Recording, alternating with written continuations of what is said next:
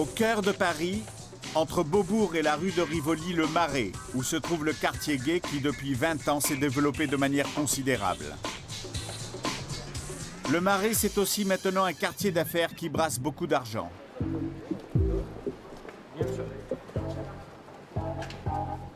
On y trouve des bars et des restaurants gays, des boutiques de mode et des coiffeurs, des librairies et un sex shop homo.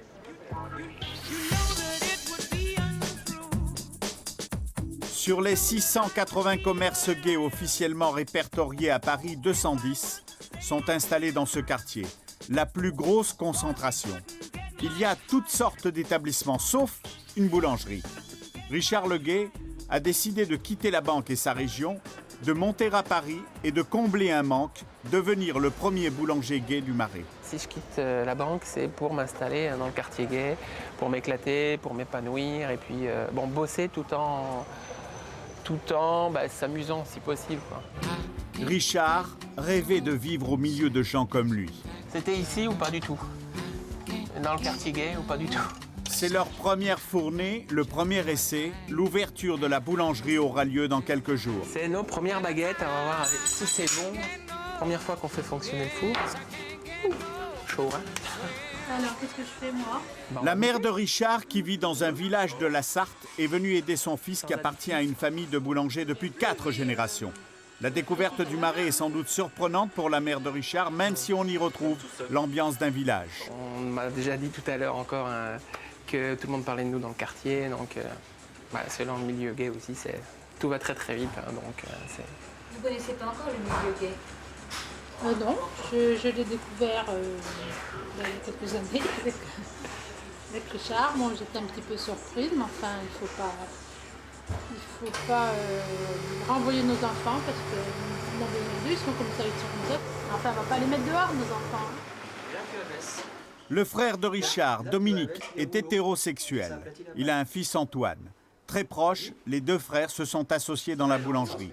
Dominique a toujours été le confident de Richard, qui a longtemps refusé son homosexualité. Moi, je me mettais des claques. Je mettais des claques enfant. Enfin, je me disais, mais non, faut que tu regardes les filles, faut pas que je luttais. Il faut que tu regardes les filles et non pas les garçons. Alors, j'ai lutté, j'ai scié avec les filles, mais ça a été une catastrophe, quoi. Ça n'a pas du tout... Mais je me forçais, je me suis dit, non, il y a quelque chose qui ne va pas. Aujourd'hui, Richard vit avec son ami Olivier. Et Antoine, lui alors, il a conclu tout ça? Qui vit avec Olivier. Ouais. Et puis la différence, c'est quoi? Non, il n'y a pas de différence, ils s'aiment pareil? Oui. Richard le boulanger et Olivier qui est steward vivent ensemble depuis 1 an et demi après s'être connus dans une boîte de nuit homo à Paris. C'est de l'amour, je crois, c'est tout. Ben oui. C'est tout simple. Tu crois pas? Oui. Oui, tu vois que plus qu'à me paxer, puis ça sera bon. Voilà. Moi, j'aimerais bien, lui, je veux pas. Ah. C'est le gros affront de ma vie, mais bon, c'est pas grave. Il va tellement me miner que... Hein? J'y arriverai un jour, j'y arriverai. On se dit encore je t'aime assez régulièrement. Dit, ma grand-mère m'a toujours dit, si tu... Voilà. Moi, pour garder mon homme, j'ai toujours fait bien les choses en privé, vous comprenez ce que ça veut dire, et la cuisine. Voilà, donc... Ah, il sait qu'il va me garder parce qu'il fait bien la cuisine. Hein. Voilà.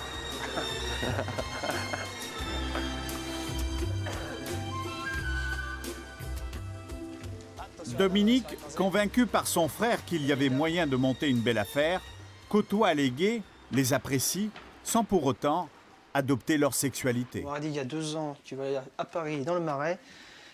J'y croyais pas du tout. Tout le jour me dit on va te convertir, on va te convertir. Je pouvais toujours essayer, vous n'arriverez pas, quoi.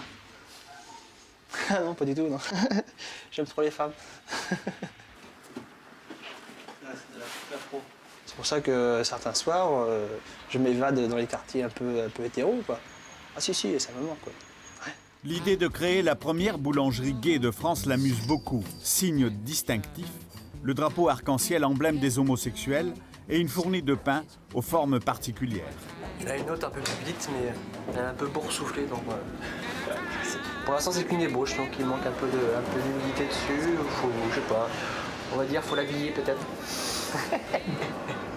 La décorer. Voilà. Voilà ce qu'on peut trouver dans une boulangerie gay, pas en vitrine mais sur commande.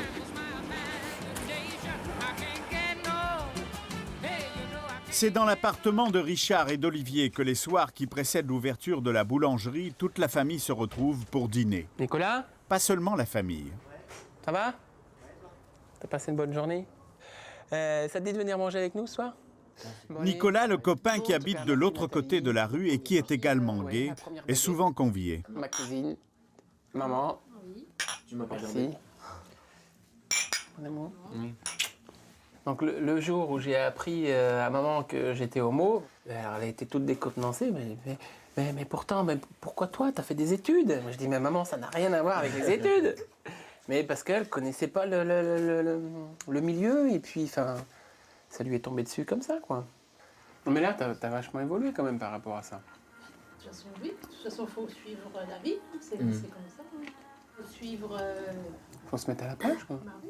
Si ça pouvait servir à d'autres, mamans qui réagissent comme ça avec leurs enfants, là, ça ouvrirait des portes un petit peu à tout le monde. Ça va être la grosse fiesta. Ce soir, Richard a obtenu l'accord des organisateurs de l'une des grandes soirées gays de Paris. Il va annoncer la création de sa boulangerie. C'est la nuit des Folivores, où on y chante et on y danse français. Son vieux copain David est toujours là pour lui donner un coup de main.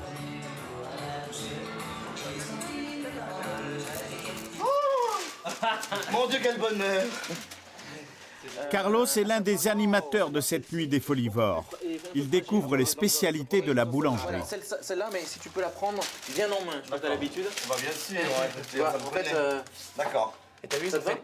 Et il y a les petits poils. Les petits poils qui ressortent. Si tu touches, tu le piques. Tu vas te griffer, hein. Quel bonheur, c'est merveilleux. Celle-ci, elle est très belle. Génial. Dans cette loge, il y a les catastrophettes. Elles vont être l'une des animations de la soirée, une parodie de Majorette. C'est les jambes naturelles, quoi. Et c'est pas maquillage, c'est le côté vraiment déguisement. Regardez. Vous voyez? Parce que je trouve qu'il suffit qu'on se mette un petit truc, enfin je sais pas, une petite robe, ça peut être un foulard, ça peut être quelque chose. On n'est pas dans le même état d'esprit, c'est-à-dire qu'on est là pour tout est permis parce que quelque part, c'est pas nous, quelque part. Vous voyez, c'est notre petit côté enfant qui ressort, on a envie de faire la fête, on ouvre la malle et puis on se déguise. Voilà. Que tout le monde a Ah bah là, je suis prête, c'est la soeur Sylvie Martin. Voilà, ça c'est mes couettes. Richard n'est pas un inconnu. Cela fait très longtemps qu'il fréquente ces fêtes.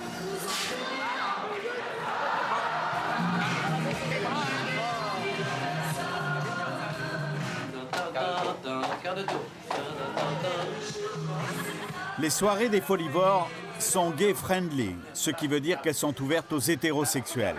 On sait qu'avec les gays, on fera la fête et on chantera sans complexe sur Chantal Goya ou Sheila. Une boulangerie-pâtisserie bien rigolote. Ça s'appelle le Gay Choc. C'est 45 rue Sainte-Croix de la Bretonnerie dans le 4e, on les embrasse.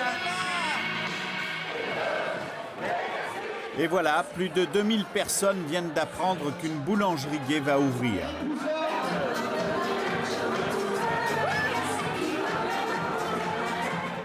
Ces soirées ont énormément de succès. Il y a des hétérosexuels, mais les organisateurs veillent à ce que les gays y soient les plus nombreux.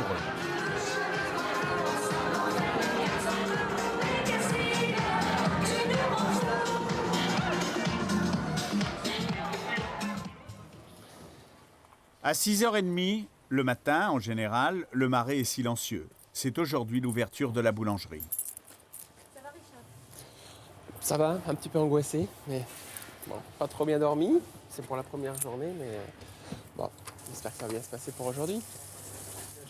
Les deux frères ont fixé le prix de la baguette tradition à 95 centimes d'euros. Ils savent que dans le quartier, ce ne sera pas un tarif rédhibitoire. Notre tout premier jour. Ah, c'est formidable. Je suis d'augure. Ben voilà, exactement. Moi, j'aime le quartier. Il y en a qui ne l'aiment pas, mais moi, j'aime bien le quartier. Pourquoi il l'aime pas? Ben, parce qu'il y a beaucoup d'homosexuels et tout. Les gens sont contre. Je trouve ça idiot. Moi, je m'appelle Le Gay, donc il fallait bien que j'assume mon nom de famille. Hein. Mon nom de famille, c'est Le Gay. L-E-G-A-Y. Donc, il fallait bien qu'il y en ait un qui honorifie le nom. Et 50. Voilà, monsieur. Au revoir. C'est bien. Voilà. Il faut innover, il faut changer, il faut bouger. Exactement. Allez, voilà, c'est tout. Merci. Au revoir, madame. Au revoir, madame. Je trouve qu'ici c'est sympa parce que les gens se tiennent par la main et tout. Et puis voilà, chacun a le droit de vivre comme il veut. C'est pour ça que je pense que c'est important. Moi, ça me fait du bien de voir des gens qui sont heureux avec des différences. Se cacher, tout ça, non, ça je termine, je ne me cache plus. Moi. Au contraire, maintenant c'est affirmé dans la rue, sur la vitrine, voilà. Regardez-moi ça, madame. La bonne baguette de tradition, ça. C'est le côté excitant de mettre la baguette dans le petit sac.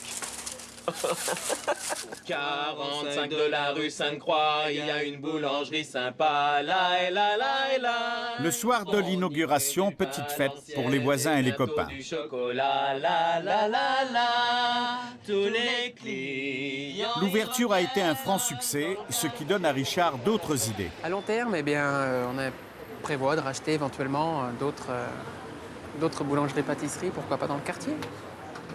Pourquoi pas dans le quartier, et si le concept de...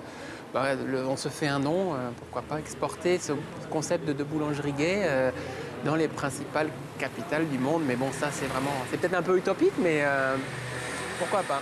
Au revoir. C'est parce que je chante trop mal? Ah, c'est pour ça, oui, c'est vrai. Et puis, on était en train de parler d'une commande de galettes des rois qu'on va lui faire pour début janvier, puisqu'à la chorale, on tire les rois, à défaut de tirer les reines. Voilà.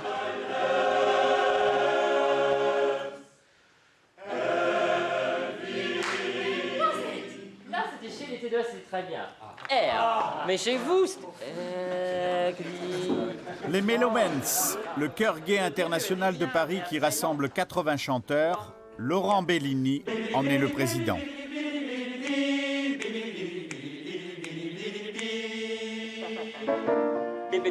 Plutôt chez vous,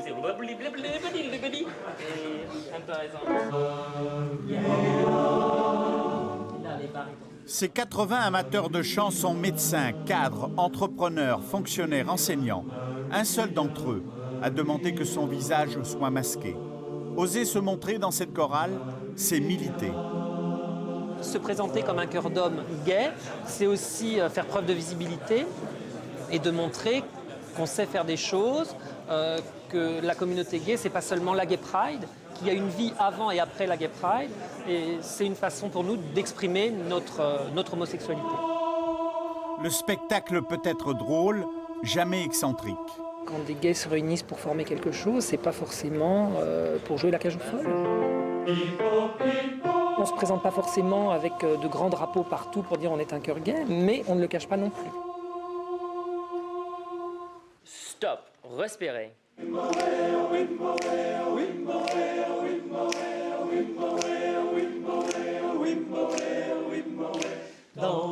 John, le chef de chœur, est anglais. Il vit à Paris depuis 13 ans. Il y était venu pour travailler dans une entreprise informatique. John a rencontré Laurent et son compagnon Eric à la chorale. Il paraît que ça soit bien les rues. Il y a beaucoup d'associations gays qui permettent ces rencontres. Oui, il y a un réseau gay, mais comme il peut y avoir un réseau des anciens d'HEC, des anciens de Normal Sup, ça fait partie de la vie, ça fait partie de la société, ces réseaux-là. Moi, je peux dire que presque tous les travaux que j'ai eus de ma vie, les travaux professionnels, c'est vrai que c'était plutôt par les contacts gays. Je travaillais dans un groupe où il y avait justement mon chef qui était homosexuel. Et il faut dire qu'on était un groupe de 15, et sur 15, on était 12 qui étaient homosexuels. Donc, je peux dire qu'il y a un certain réseau gay qui existe. Voilà.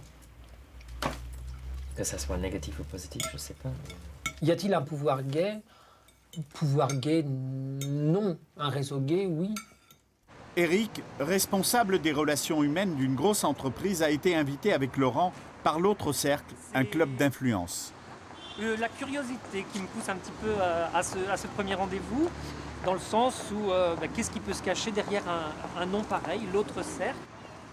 Pour être convié par l'autre cercle, il faut obligatoirement que 2 de ses membres aient accepté de vous parrainer. Je vais passer tout droit devant le président. Oui, celui de... Pardon, bonsoir. Alain Dro, le président de cette association. Bienvenue parmi nous. D'accord. Je suis venu avec mon ami. qui est où? Qui est juste derrière. Voilà. Bonsoir. Eric, Alain le président. Bienvenue. Donc, on va présenter ce soir un peu l'association. C'est l'audition. L'audition, car pour devenir membre du club, il y a un rituel, une sorte d'examen de passage. Avant d'être initié, le candidat doit exposer ses motivations. Passage obligé, désolé, là. Bon, je vous laisse... C'est le péage. Voilà, c'est le péage, voilà. On est en France. Venus d'horizons très différents, les membres de l'autre cercle occupent tous des postes à responsabilité dans l'administration ou l'univers de l'entreprise. Ces gays bien placés, désireux de créer de nouvelles solidarités dans la société française, échangent services et carnets d'adresses. En y entrant, les nouveaux reçoivent un document qui précise, notamment, qu'ils doivent avoir de l'influence dans leur milieu professionnel et social.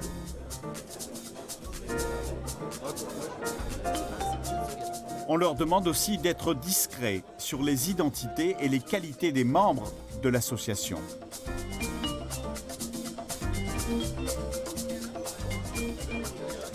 Une petite dernière arrivée, Catherine. Catherine, qui vient d'adhérer, ne craint pas d'assumer ouvertement son homosexualité, bien qu'elle en ait été souvent victime dans son travail.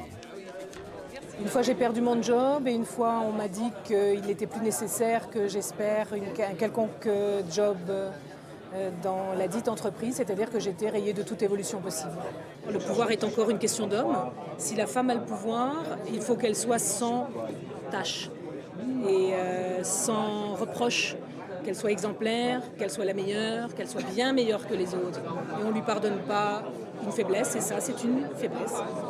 Sur les 250 adhérents de l'autre cercle, 40 sont des femmes et une centaine vit en province. Et j'ai commencé à poser des jalons avec quelqu'un qui s'intéresserait sur la région Auvergne. Donc vous voyez que la France, la carte de la France commence à se densifier de plus en plus. Ce n'est pas seulement en France que le club tisse son réseau. L'autre cercle a aussi des connexions en Europe. L'autre cercle, en fait, c'est un peu l'espoir d'arriver à construire quelque chose avec des gens qui ont du poids et qui peuvent avoir une action pour le milieu homosexuel, pour en fait le progrès social pour les homos. Et donc j'ai l'immense plaisir de vous annoncer le directeur. Et l'un de ces relais est le club des décideurs des managers gays européens. Monsieur Folkemühl est lui directeur en France de la principale compagnie aérienne autrichienne. Il annonce des réductions sur les tarifs des billets pour les membres de l'autre cercle. De l'Autriche. Et merci pour la bonne coopération. Merci et bonne soirée à vous. Walter, autrichien aussi, qui a amené monsieur Folkemühl. Si j'ai besoin d'un contact en Allemagne, en Suisse, en Autriche, aux Pays-Bas, je peux passer par l'autre cercle parce que nous, on a les adresses, les correspondants et on peut mettre en place des coopérations ou bien du moins mettre en contact les personnes. Donc je ne parlerai pas de pouvoir gay, je préfère parler de toile d'araignée. C'est un réseau peut-être d'influence pour faire avancer des choses, oui. Un réseau convivial, amical avant tout. Parce que l'autre cercle, ça représente une association critiquée chez certains. On a un petit peu l'image d'être le Rotary gay.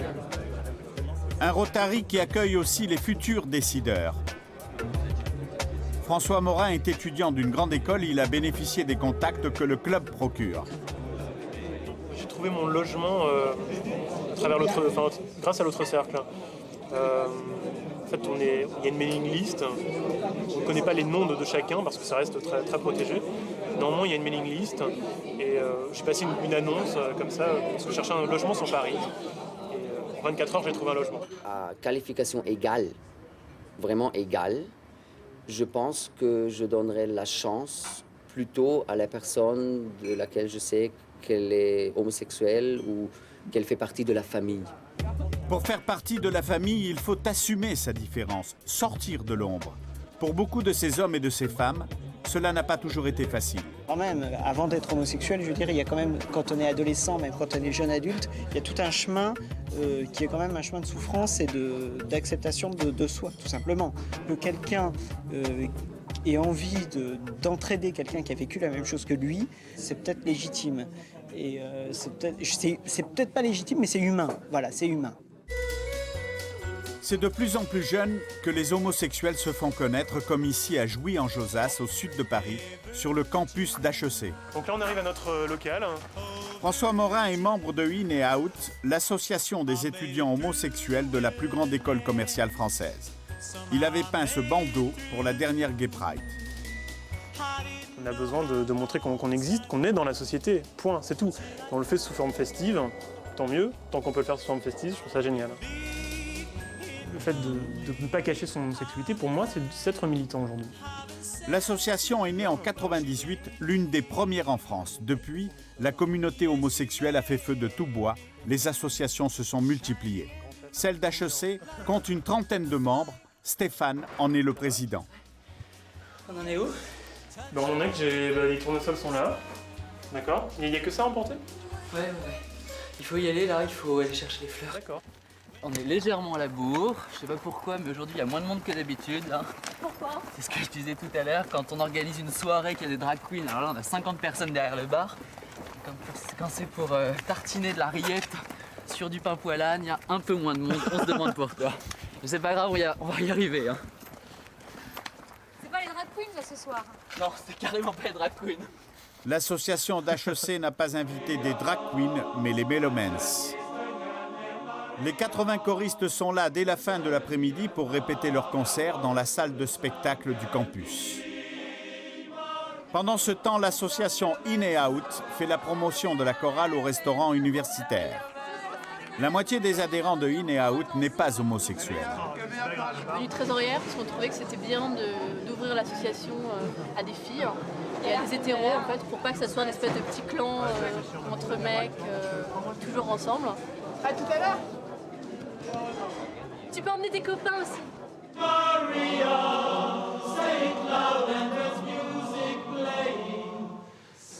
On installe nos panneaux de présentation.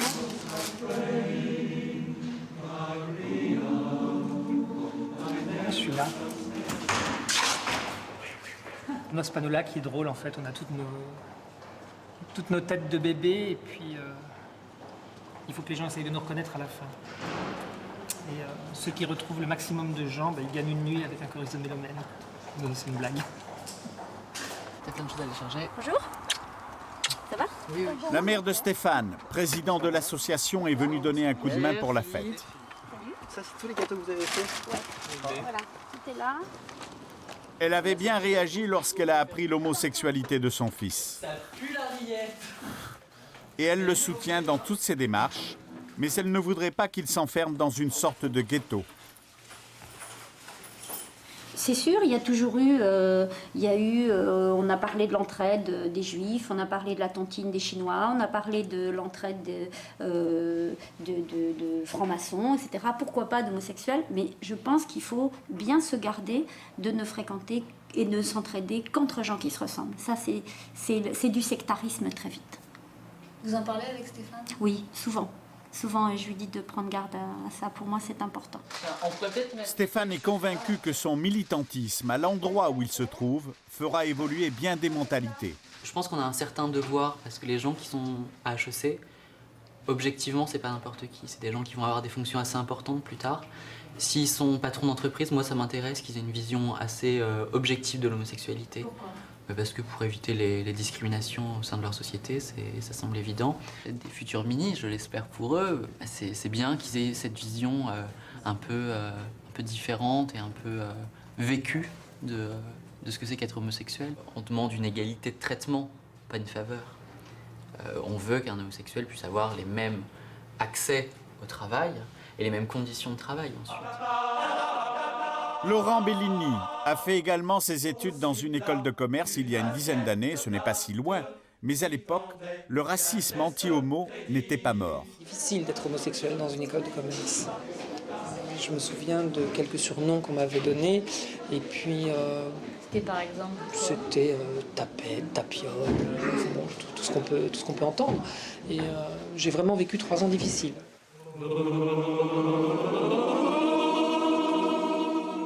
Laurent Bellini n'est pas devenu dirigeant d'entreprise.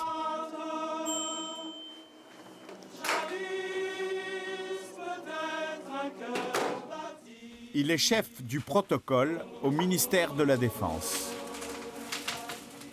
Ils ont annoncé 2 degrés sous l'Arc de Triomphe. On a intérêt à prendre les écharpes.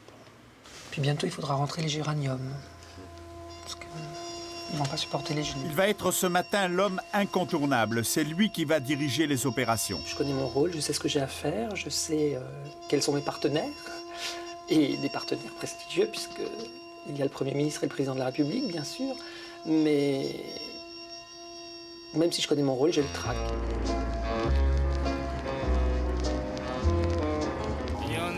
Ça me rappelle quand je sortais de discothèque à 5 h du matin et que je traversais la place de la Concorde sans personne autour. Ça, c'est vraiment très drôle.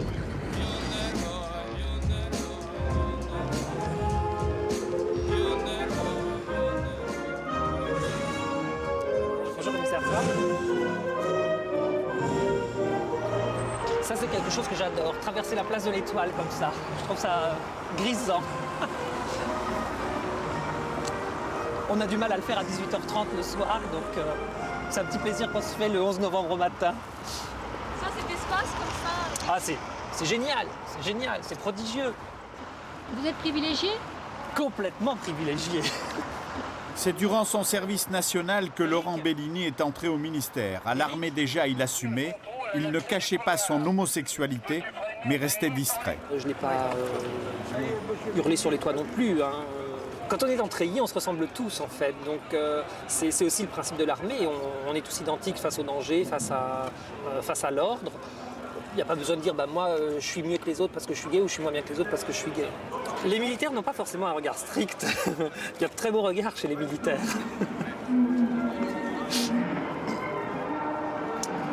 La DMPA, ils ne sont pas demandé... 8 ans plus tard, à 33 ans, il est devenu le chef du protocole. C'est lui qui reçoit et place les autorités et leurs invités.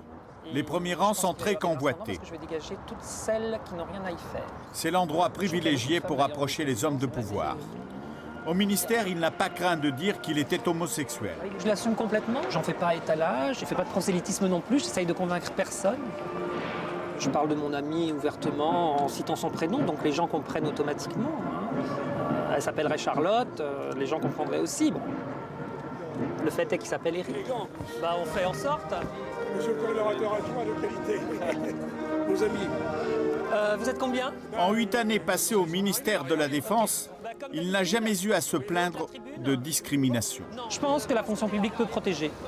Dans la fonction publique, il n'y a pas de compétition, on est tous au même niveau. Alors il y a des grades d'administratifs bien sûr, mais on travaille tous dans le même esprit.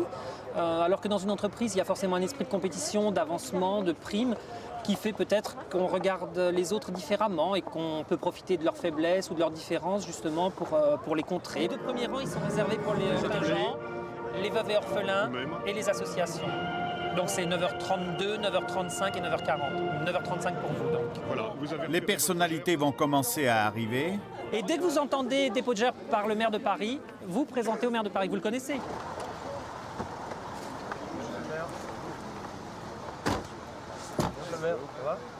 Monsieur le maire, c'est pas vous.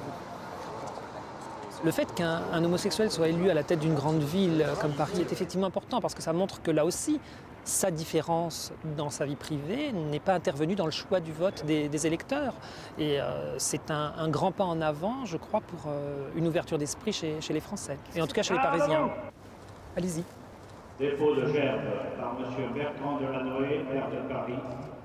M. Jean-Pierre Duport, préfet de Paris. Bertrand Delanoë sait que Laurent Bellini est gay. Le maire de Paris connaît et a écouté la chorale des Melomans, dont Laurent est le président. Visiblement, il m'a bien repéré parce qu'à chaque fois, donc, il a un petit mot gentil et puis... Est-ce que le fait d'être homosexuel vous rapproche ? Oui, certainement.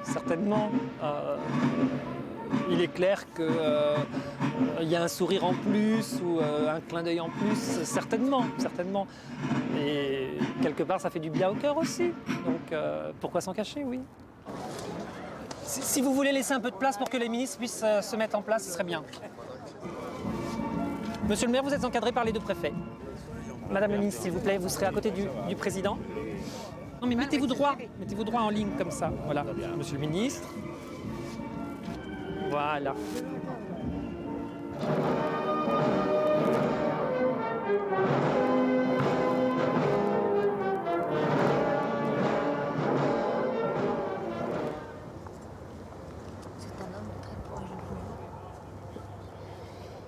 physiquement, mais pas intellectuellement. C'est grisant, mais en même temps, comme je ne me prends pas au sérieux dans mon travail, je le fais sérieusement, mais je ne me prends pas au sérieux. C'est-à-dire que je n'ai pas la grosse tête parce que j'ai un titre ronflant qui est celui de chef du protocole. C'est pas de la vanité, c'est pas de l'égocentrisme, mais ça fait plaisir. Les grandes manifestations officielles sont l'occasion de revoir des connaissances et de distiller quelques confidences. Mon colonel, si tout se passe bien, c'est mon dernier 11 novembre. Pourquoi vous allez? J'ai un plan pour quitter le ministère. Pour aller à l'étranger? Non. Vous êtes malade? Non, je suis pas malade. Je suis contractuel du ministère de la Défense, en fait. Vous diriez? Votre administration? Top secret pour le moment. Laurent Bellini organise pour la dernière fois cette manifestation. Le chef du protocole s'apprêterait à quitter le ministère pour rejoindre, semble-t-il, la mairie de Paris.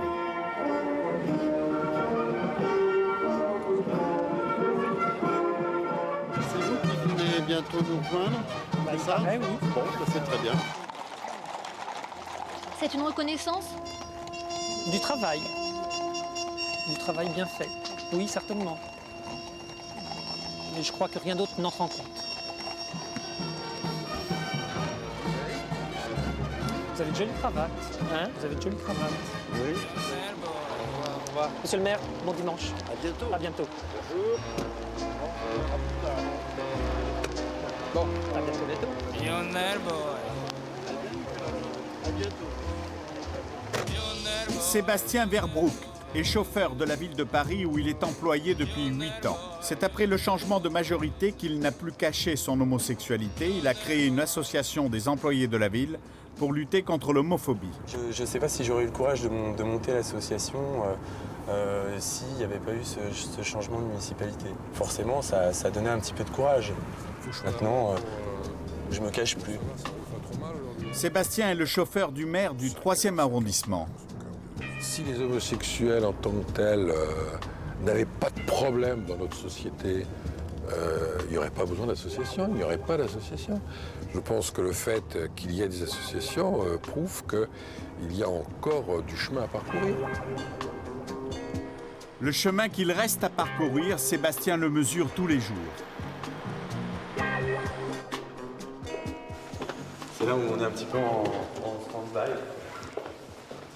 Au bout de ce couloir, dans les sous-sols de la mairie, la salle des chauffeurs. Monsieur, bonjour. Non, vous filmez pas, merde, on peut pas être tranquille. Des collègues qui n'apprécient pas que Sébastien parle d'homosexualité devant la caméra. C'est parce qu'ils veulent pas, ils veulent pas. Je te dis par rapport, je pense que c'est par rapport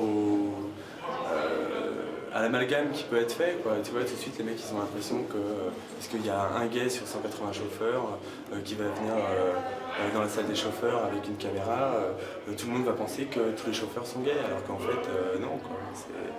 Donc on voit bien la réaction tout de suite qu'il y a du stress, quoi. Le fait qu'il y ait un maire gay, le type qui est homophobe, il se retrouve avec un maire gay, il a des collègues qui se déclarent gays, enfin il y a l'effet certainement de se sentir envahi. Une invasion qu'on est loin encore d'avoir constatée. L'association est plutôt discrète. À la cafétéria, on ne la connaît pas. Pourtant, elle a déjà obtenu que les employés de la ville pacsée aient les mêmes droits que les agents mariés. Chacun fait ce qu'il veut. Basta. Voilà. C'est tout ce que je peux vous dire. Et vous, monsieur, vous connaissiez l'association? Bon, je savais pas, mais c'est très bien. Je suis enchanté. Le président est là. Ah, enchanté. L'homme au col roulé, proche collaborateur de Bertrand Delanoë, ignorait lui aussi son existence. On est encore une jeune association, donc c'est un petit peu normal qu'on est en train de se faire connaître. Il y a peut-être aujourd'hui le sentiment qu'il y a une possibilité d'être plus écouté, c'est possible. Hein, Et est-ce que ça peut aider d'être homosexuel? Ça peut aider. Si je comprends bien votre question, c'est une sorte de promotion canapé, quoi, ce que vous demandez. Non. Je veux dire, non, c'est pas... Je pense pas que les choses se passent comme ça. La mairie de Paris. Pour l'instant, 40 seulement des employés de la ville ont osé afficher leur homosexualité. 1 sur 1000. Beaucoup se cachent encore. Sur les 40 000 employés qu'on est à la ville de Paris, je sais qu'il n'y a pas que 2 homosexuels. Jean, le maire et moi. Je sais qu'on est au moins une quarantaine. Donc forcément, ça aide. Sébastien vit dans la banlieue parisienne. Ce soir, il y a mon père, normalement, qui doit être là. D'ailleurs, qui doit être déjà arrivé. Salut. Ça va. Alors, toujours en retard? Oui. Michel, le père, pour qui la découverte de l'homosexualité de son fils a été un choc. Vous savez, j'ai une fille, si un jour elle me dit « Papa, je fais le trottoir, je suis péripatéticienne », pour moi, c'est pas plus une maladie que d'être homosexuel. Hein. Enfin, c'est pas comparable quand même, c'est pas... Bah, pour un père, si. Tu peux choisir de ne pas être... Enfin, tu peux choisir de ne pas être une prostituée. En revanche, quand t'es homosexuel, tu l'as pas cherché. Puis t'as bien vu que c'est pas une tare. Hein. C'est vrai que pendant 5 minutes, on va dire, attends, qu'est-ce que moi j'ai raté? Puis en fait, j'ai rien raté parce que moi, je préfère le voir heureux comme ça que malheureux autrement. L'ami de Sébastien se cache encore. Il ne souhaite pas que l'on puisse l'identifier. Sa mère a honte. Vous considérez comment l'ami de Sébastien? Comme l'ami de Sébastien. Comme ton gendre? J'irai pas jusque-là. Ah bah non, c'est pas la même chose. Faut pas tomber dans l'excès ni d'un côté ni de l'autre. Votre mère ne le vit pas bien? Non, elle ne le vit pas bien du tout. C'est très difficile à accepter et bon, j'ai du mal aussi à l'aider parce que je voudrais.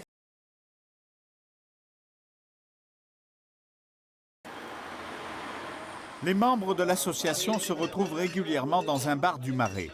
40 sur 40 000 employés de la ville de Paris qui affichent leur homosexualité, c'est encore peu.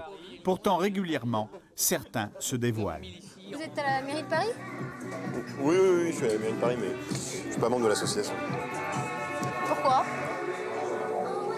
Simplement parce que je veux garder une certaine réserve par rapport aux associations parisiennes, mais au contraire, je la soutiens personnellement comme ça. Qu'est-ce que vous faites à la mairie de Paris? Je suis le chef de cabinet d'un maire d'arrondissement. D'accord. Et vous assumez votre homosexualité? Pardon? Vous assumez votre homosexualité? Oui, tout à fait.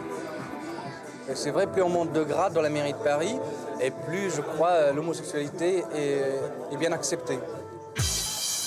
L'un des hommes clés du quartier du Marais qui a fait évoluer les mentalités, c'est Bernard Bousset. C'est lui qui a créé le syndicat national des entreprises gays. En 1995, il y en avait 1000. Aujourd'hui, elles sont 1700 en France. Bernard Bousset est propriétaire de 2 bars. Alors ça, c'est mon deuxième café. J'habite juste au-dessus. Donc je vis, je travaille, je mange dans le Marais. Vous êtes dans le bain? Complètement. Pas dans le ghetto. Je suis dans le Marais. Voilà. Dans ce quartier, les appartements sont devenus très chers. J'ai acheté le café, après j'ai acheté le premier étage pour y faire les bureaux parce que le prix du mètre carré c'était 18 000 francs ici avant. Maintenant ça vaut plus de 30 000 francs. Et j'ai l'appartement au-dessus. Là il y a 6 ans. Bernard Bousset a consacré l'essentiel de sa vie à ce commerce. Il habite seul au-dessus de son bar. Sa grande histoire d'amour s'est achevée à la mort de son compagnon, tué par le sida. Voilà, vous allez faire... Aouh! Voilà. Là c'est homo. Pourquoi? La douche, elle est en face du lit, comme ça. Là. Ça fait un peu gogo, mais enfin, il n'y a personne pour regarder le spectacle. Mais s'il y avait quelqu'un, ça ferait le spectacle. C'est étonnant. Donc, on voit bien que ce n'est pas un appartement d'une famille. Les premiers bars gays du Marais se sont ouverts à la fin des années 70. C'étaient les seuls endroits où les homosexuels osaient se montrer. Systématiquement, quand un commerce ouvrait avant, même avec un bar en carton, un vieux jukebox et avec des verres ébréchés ou du plastique, ça fonctionnait. Maintenant, c'est fini, ça, il ne faut pas rêver. Maintenant, les clients sont devenus exigeants. C'est la rareté qui faisait le succès avant. Ce sont ces pionniers de la vie gay qui ont fait la réputation du quartier, l'un des plus visités de la capitale aujourd'hui. On y vient de partout. 25% de visiteurs sont des étrangers et 25% des provinciaux. Les pionniers ne l'avaient peut-être pas imaginé, ni voulu sans doute, mais ils avaient trouvé un créneau qui allait rapporter des fortunes. Ce qui est intéressant au niveau marketing, c'est qu'on soit tous près les uns des autres. Si tout le monde est dispersé dans Paris, il est évident que ça sera plus difficile de maintenir un certain chiffre d'affaires. Un chiffre estimé à 100 millions d'euros, les affaires sont florissantes. Alors par contre, je veux dire, il y a des commerces qui font de la résistance. Il y a des commerces tels que celui-là qui ne seront jamais vendus à des gays. Ils préfèrent continuer à vendre des vieux sacs, des vieux chapeaux. Non, je ne dis pas ça méchamment pour eux, mais ils ne veulent absolument pas vendre à des gays. Il y en a, c'est rédhibitoire. Quelques habitants font également de la résistance. Ils ne se sentent plus tout à fait à leur place dans le quartier. Je voudrais que ce ne soit pas marqué du sceau gay. C'est ça que j'appelle le pluralisme, qu'il puisse y avoir des familles, des commerces gays, des gens de toutes sortes. La vraie harmonie du quartier. Les résidents et les habitants du quartier se sont sentis frustrés et on a été un peu les oubliés du quartier. Et ça, je trouve que c'était dommage parce que pour l'harmonie d'un quartier, il faut de tout pour faire un monde, il n'y a pas de mystère. Voilà. Oui, non, mais là, voilà, les riverains. Ils ont à leur tour créé une association qui recueille les doléances de ceux qui ne supportent plus les nuisances. Tous les locataires pratiquement, ou les copropriétaires, je n'en sais rien, qui habitaient là, ont été obligés de partir. Bon, c'est un peu ennuyeux, alors je reconnais qu'ils ont besoin de travailler, mais c'est le bruit, c'est la musique, mais c'est pas tellement le problème qui mettent la musique, mais c'est les bruits de basse qui montent à l'intérieur des murs. Et ça gêne les personnes, et c'est un salon de coiffure qui marche quand même aussi très tard le soir quand même. Les gens, quand ils rentrent de travailler, ils ont quand même besoin de se reposer. Moi, je ne vois pas comme un problème. Il y a des mauvais coucheurs, comme partout. Alors, je reconnais que, bon, habiter au-dessus, entendre boum boum toute la journée, j'admettrais éventuellement que si tu écoutes un feuilleton ou un film ou une émission à la télévision, tu entends le boum boum derrière, ça va forcément faire plaisir. En 3 ans, une soixantaine d'adhérents pour la plupart des familles ont quitté le quartier. Il y a les gens qui sont arrivés il y a 2 ans et qui se sont installés en pensant vivre comme tout le monde en toute tranquillité. Et puis les mêmes canapés redescendent là avec les mêmes déménagements. Alors je vois le canapé qui est monté il y a 2 ans, je le vois redescendre et je me dis tiens celui-là il n'a pas supporté le bruit. Et je trouve que c'est pas normal que les gens soient obligés de déménager sous prétexte qu'on doit vivre avec du bruit en permanence. Ces habitants ont depuis des années le sentiment que ces établissements bruyants et envahissants bénéficient d'une protection. Enfin, le ministère de l'Environnement, on a écrit au préfet, on a écrit Madame la maire. Les plaintes sont fondées. Logiquement, il devrait se passer quelque chose et on se retrouve plus d'interlocuteurs au bout. Que les établissements soient non pas protégés, mais que personne n'ose toucher à ceux qui exagèrent, certains le reconnaissent sans détour. Je serais politique, toucher une minorité, comme toucher un établissement par des juifs, par des Chinois, des Arabes. Ce sont des minorités qui sont soudées et qui dénoncent systématiquement quand il y a discrimination. Hein. Donc, oui, moi je suis le premier, hein, quand j'étais président du SNEC, de m'appuyer là-dessus. De dire toutes ces décisions-là sont des décisions homophobes. Certainement, ils réfléchissent à 2 fois maintenant avant de fermer l'établissement gay. C'est pas toujours juste. C'est pas toujours juste, mais il y a tellement eu d'injustices. Tellement de fois on a été brimés, tellement de fois Moi, je vais vous ressortir les archives du SNEC, vous allez voir, vous allez être scandalisé dans l'autre sens. Hein? Quelqu'un qui investit, qui met toutes ses économies dans un petit café et qui est fermé pour des mesures de sécurité qui ne s'appliquent pas ailleurs. Hein? Je peux vous citer plein de cas comme ça. Hein? Aujourd'hui, les gays constituent une clientèle courtisée. Le gay business est une affaire qui marche en France. Jean-François Chassagne, nouveau président du syndicat national des entreprises gays, le sait bien. Sa journée commence par Internet dans son appartement parisien. Qu'est-ce que vous faites? Travail du matin, relever les mails. Et puis j'ai aussi des assos qui me donnent des informations, des assos gays qui me donnent des informations, que ce soit Aide ou de temps en temps le centre gay et lesbien. Enfin, beaucoup d'assos qui ont des mail-listes, qui nécessitent quand même de s'imprégner de ce qui se passe dans la vie gay. Hein. La vie gay, Jean-François l'a découverte assez tard quand il est arrivé à Paris. Vous êtes un vrai Parisien? Non, pas du tout. Je suis un vrai provincial. Arrivé à Paris pour des raisons professionnelles, uniquement. Et je ne me suis jamais considéré comme Parisien. À 25 ans, je ne savais pas ce que voulait dire le mot gay. Paris m'a m'a perverti, j'allais dire. C'est à Paris que j'ai découvert la vie gay. Ça servira au chat, parce qu'en bon auvergnat que je suis, rien ne se perd. Mes origines sont auvergnates. Le syndicat a été créé en 90, une époque où les établissements qui distribuaient des préservatifs pour lutter contre le sida encouraient des sanctions. Autre temps, autres mœurs. Alors évidemment, maintenant, depuis, les choses ont largement évolué. Le harcèlement n'existe plus trop. Il y a encore des choses qui se passent dans certaines provinces, beaucoup moins sur Paris. La nature reste ce qu'elle est, la nature humaine reste ce qu'elle est, et que l'homophobie est quand même toujours présente. Jean-François Chassagne est propriétaire d'une discothèque en province, de 2 bars à Paris, où il va ouvrir un 4e établissement.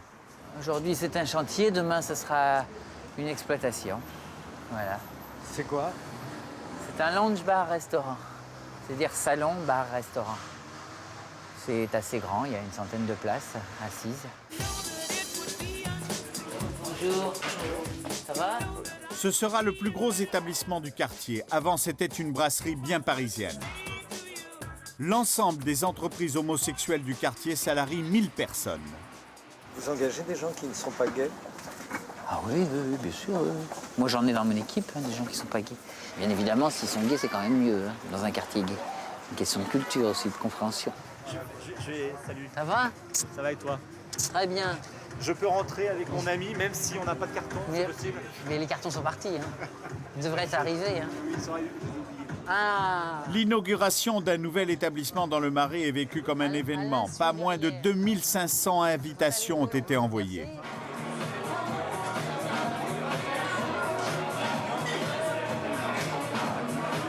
On est tous ensemble, on est open.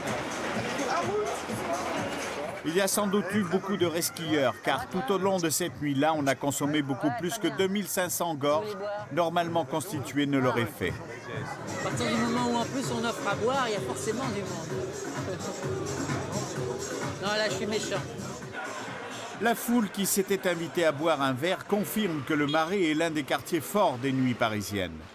Jean-François Chassagne n'est pas seulement un homme de la nuit et un homme d'affaires, c'est aussi un militant. Ce jour-là, il est à la tribune des États généraux des élus locaux contre le sida à la mairie de Paris. Il a pour but de défendre les intérêts. Merci aussi chaleureusement. Jean-Luc Romero, c'est lui qui a créé et préside cette association. C'est un élu RPR au Conseil régional. Jean-Luc Romero, que nous devons soutenir. Il est au RPR, personne n'est parfait. Mais l'arrivée d'une nouvelle majorité à la ville de Paris n'a rien changé. Elle continue à verser une subvention à son association. Bien sûr, parce qu'on est dans une situation extrêmement difficile dont personne n'a aujourd'hui vraiment conscience.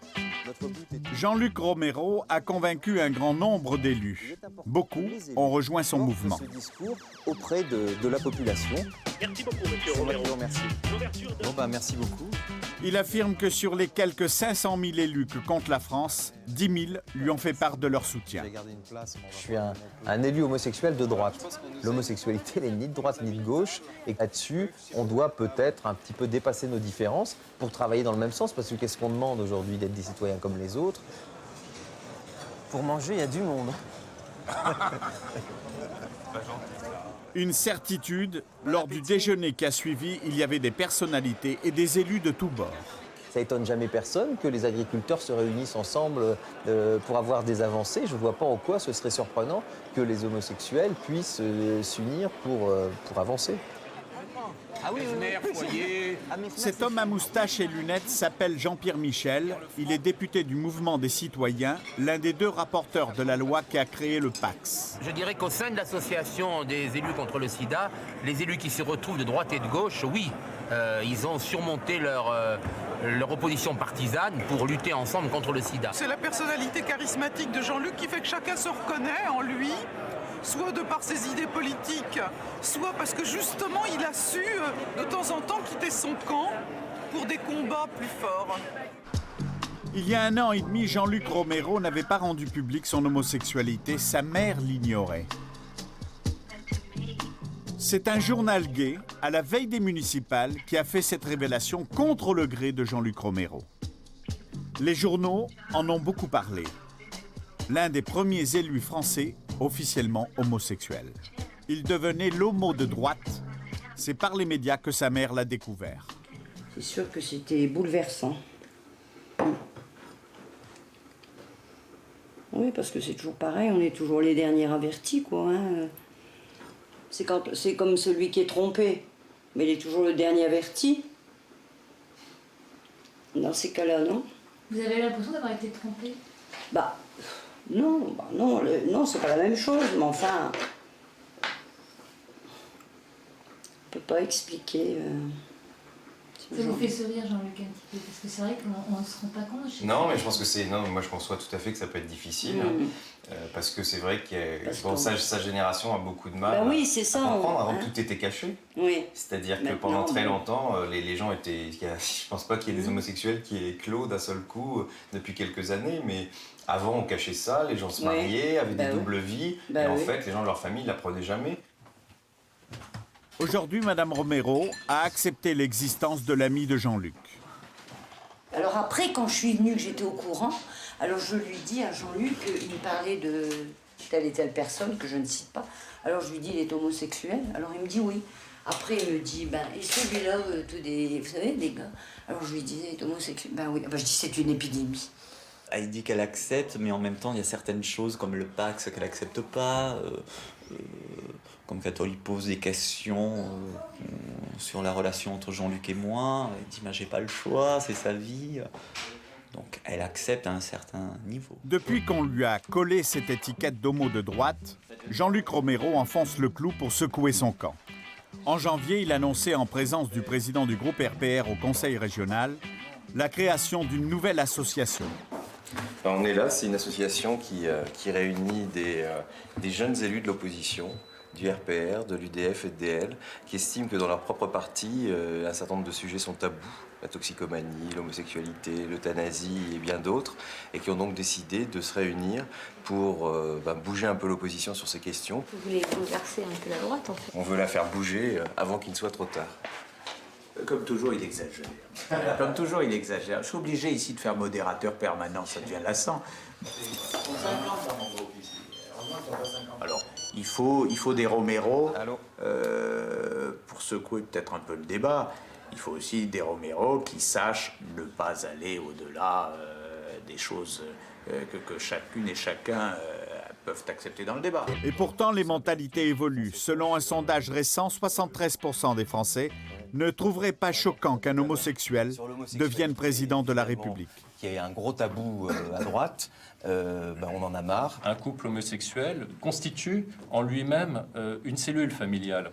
Et il est important que notre société puisse le reconnaître et par extension que l'on puisse aborder de façon plus paisible le débat sur l'adoption d'enfants par des couples homosexuels. Et souhaitons que... Une conférence de presse et des propos qui n'ont pas l'air de séduire toute l'assistance. C'est en vue de l'élection présidentielle que l'initiative a été lancée. C'est vrai que peser pendant la présidentielle, ça me paraît extrêmement important. Plus loin, je crois qu'on veut faire une espèce de révolution dans cette société française, parce que même à gauche, il n'existe pas vraiment un débat aussi important. Vous allez faire du lobbying? On va faire du lobbying, ouais, tout à fait. On est bien parti, là, pour quelques mois. Bien parti, car effectivement, l'homo de droite intéresse les médias. Jean-Luc Romero, notre invité, bonjour. Bonjour. Est-ce que c'est un groupe d'homosexuels de droite? Pas du tout. Il y a des homosexuels, bien sûr, j'en suis un. 80% des jeunes de 18 à 25 ans estiment que l'homosexualité est une façon morale et normale de vivre sa vie. Il serait temps quand même que les états-majors politiques entendent ça. Des hommes politiques qui, en 99, ont voté le pacte civil de solidarité, le PACS, la plus grande des victoires du lobby homosexuel. Nadine et Valérie viennent se paxer au tribunal d'instance qui se trouve dans la mairie du 12e arrondissement à Paris. C'est un super jour, ouais. Inoubliable, on espère. De 1999 à 2001, 44 000 PACS ont été enregistrés par les tribunaux d'instance. 44 000 couples. C'est le premier contrat de ma vie que j'ai fait. Toi aussi, je crois. Donc ça, c'est votre attestation pour prouver à l'extérieur que vous êtes paxé. Ça va bien. On est paxé? On est paxé? Oui. Non.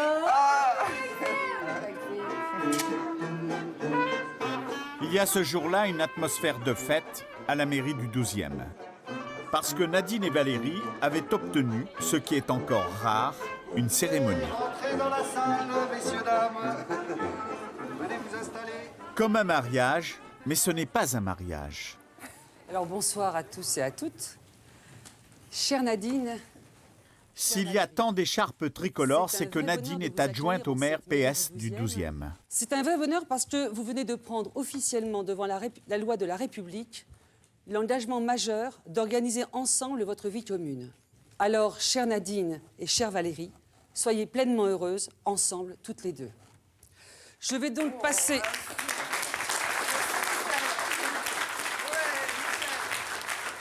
Il y a même des alliances, presque comme dans un mariage. Bien.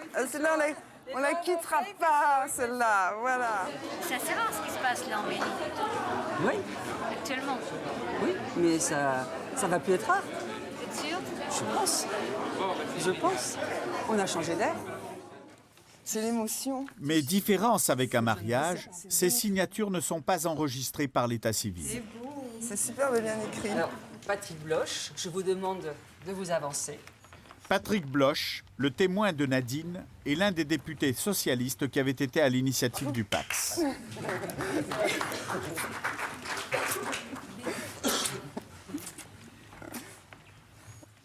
Si on m'avait dit, il y a des années, que je me retrouverais un jour dans une salle de mairie, à paxer avec mon ami, devant ma famille, mes amis, mes collègues, je l'aurais jamais cru. Nadine, c'est la personne que j'aime. Et bah voilà, maintenant tout le monde le sait. Je suis très heureuse. Et franchement, de vous voir tous là, c'est très chaud. Voilà, ce sera tout.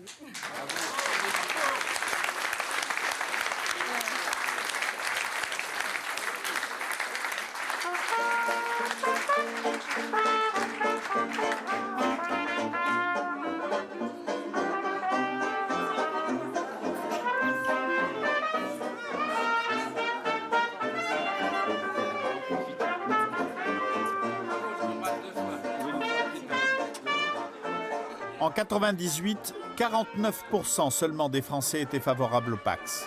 En septembre 2000, ils sont 70%. Le PAX, c'est ça. C'est que deux femmes ou deux hommes, lorsqu'ils font le choix officiel d'annoncer le fait qu'ils sont ensemble, que ça soit quelque chose de banal.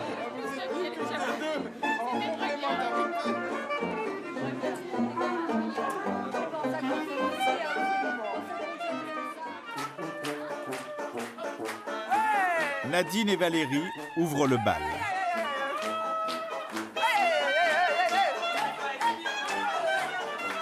Le PAX, cela a été la première reconnaissance du couple homosexuel. Par rapport aux gens que je peux côtoyer, c'est leur dire voilà, on existe, on n'est plus dans une zone de non-droit, on n'est pas dans une marginalité, on est là, on est bien et symboliquement c'est important de le faire et de marquer le coup de notre vie commune.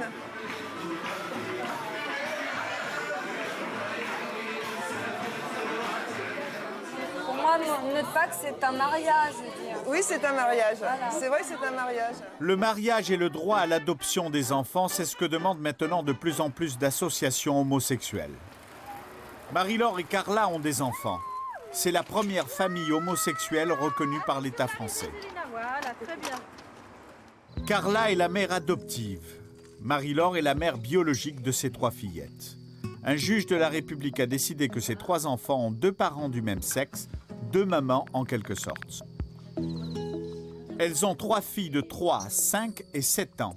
Celle qui les a portées toutes les 3, c'est Marie-Laure. Carla, pour les accouchements, attendait à la clinique.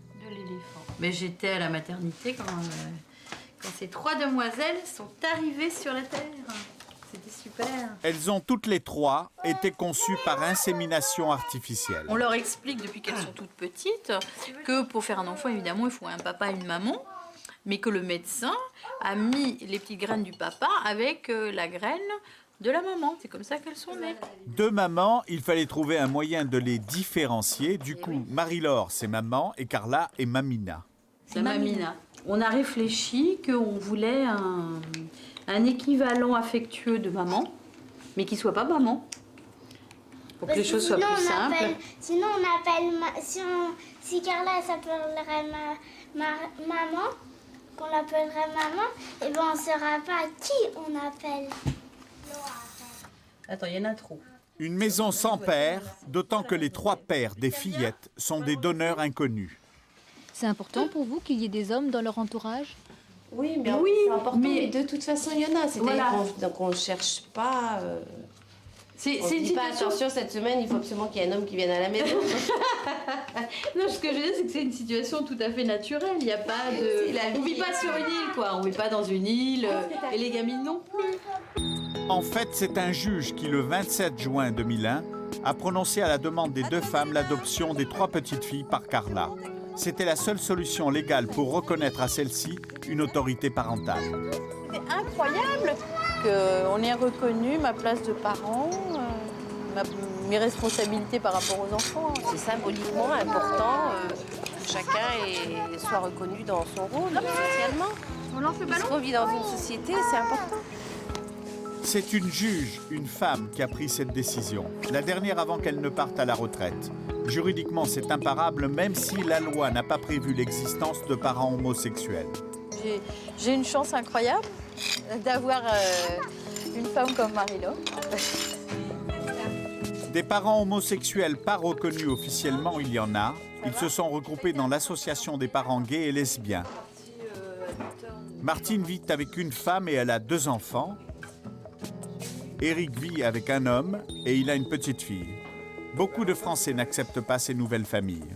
Nos enfants, ils sont tenus d'être presque parfaits. Parce qu'à la moindre incartade, on va dire « Ah, ben c'est pas étonnant avec les parents qu'ils ont. » Quand tu es homo, t'as pas d'enfant, basta, voilà. Ils ne connaissent pas, ils se font des tas d'idées dans leur tête. On est monstrueux tant qu'on est des mots.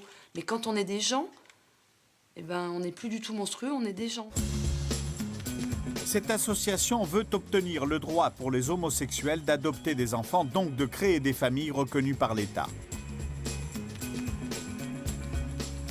Chez les parlementaires, les gays ont des interlocuteurs qui les écoutent, qui n'hésitent pas à s'engager dans leur combat et qui savent convaincre députés et sénateurs de voter des lois qui changent notre société. L'adoption par les concubins ne me gênerait pas. Jean-Pierre Michel, l'un des initiateurs du PACS, va continuer à les aider. Bien sûr qu'il faut un homme et une femme pour faire un enfant, mais il ne faut pas un homme et une femme pour élever un enfant. Voilà, c'est tout. Et ça, voilà. Je me suis prononcé pour l'adoption par les couples pacsés. Je pense qu'un jour, l'opinion publique y sera favorable et je suis persuadé qu'au moins en ce qui concerne l'adoption, on arrivera à l'adoption par les couples pacsés. Ça, j'en suis persuadé. La communauté homosexuelle a réussi en quelques années à changer quelque chose dans la société française. Son influence existe, c'est indéniable. Vous êtes optimiste? Très. Oui, on est optimiste. Bon, il y a peut-être encore... il faut travailler pour faire évoluer les mentalités, mais on est dans le bon sens. Il faut mesurer le chemin parcouru pour ça. Enfin, je pense qu'on a toujours l'impression que ça va pas assez vite, c'est normal, mais il faut mesurer le chemin parcouru, quoi. Ah oui, c'est vrai. Ah oui, c'est vrai que c'était le jour où vous êtes allé au Le chemin parcouru, Carla et Marie-Laure, les mamans, le mesurent tous les jours. Il y avait peut-être des parents qui avaient des réticences par rapport à nous, mais une fois qu'ils se rendent compte très vite que notre quotidien il est comme le leur, qu'on a les mêmes petits soucis de rhume, de machin, de gastro, de trucs, ben les choses se font toutes seules très naturellement. Vous avez les enfants que Julietta, elle a 2 mamans? Oui. Bah oui, on la connaît depuis longtemps. Moi, je la connais depuis longtemps. C'est quand même chouette, c'est comme si on avait un papa et une maman, c'est pareil. De maman ou peut-être de papa, bah c'est pareil. Ça les dérangerait peut-être si Julietta, elle n'était pas bien dans sa peau, peut-être qu'ils se poseraient des questions, mais vu que tout baigne... Il n'est pas impossible que dans quelques années, des petites filles et des petits garçons aient des parents du même sexe et que cela soit devenu une situation tout à fait acceptée.